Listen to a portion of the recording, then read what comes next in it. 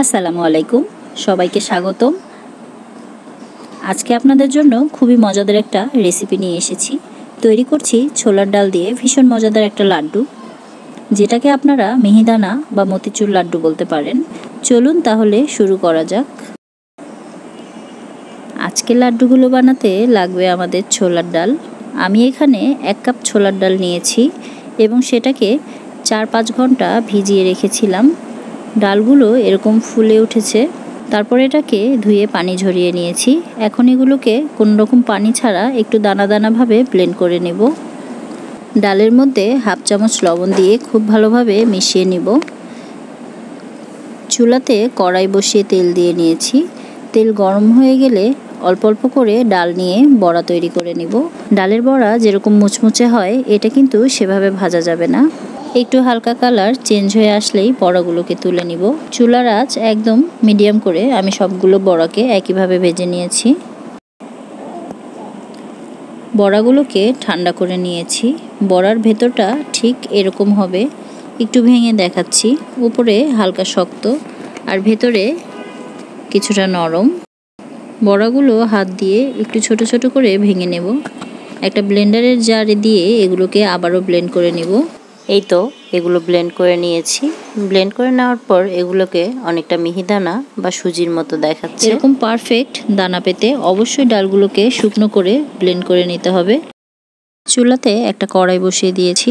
দিয়ে দিলাম 1 কাপ পরিমাণ চিনি, 1.5 কাপ পরিমাণ পানি, সুঘ্রাণের জন্য 2টা এলাচ।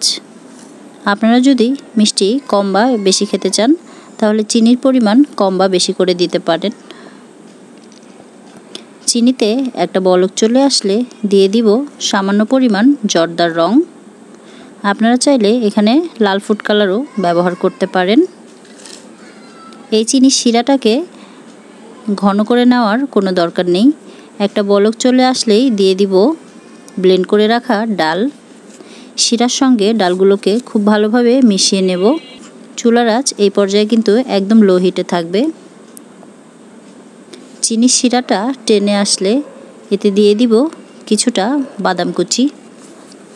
আপনারা আপনাদের পছন্দ মতো এখানে বাদাম অ্যাড করতে পারেন।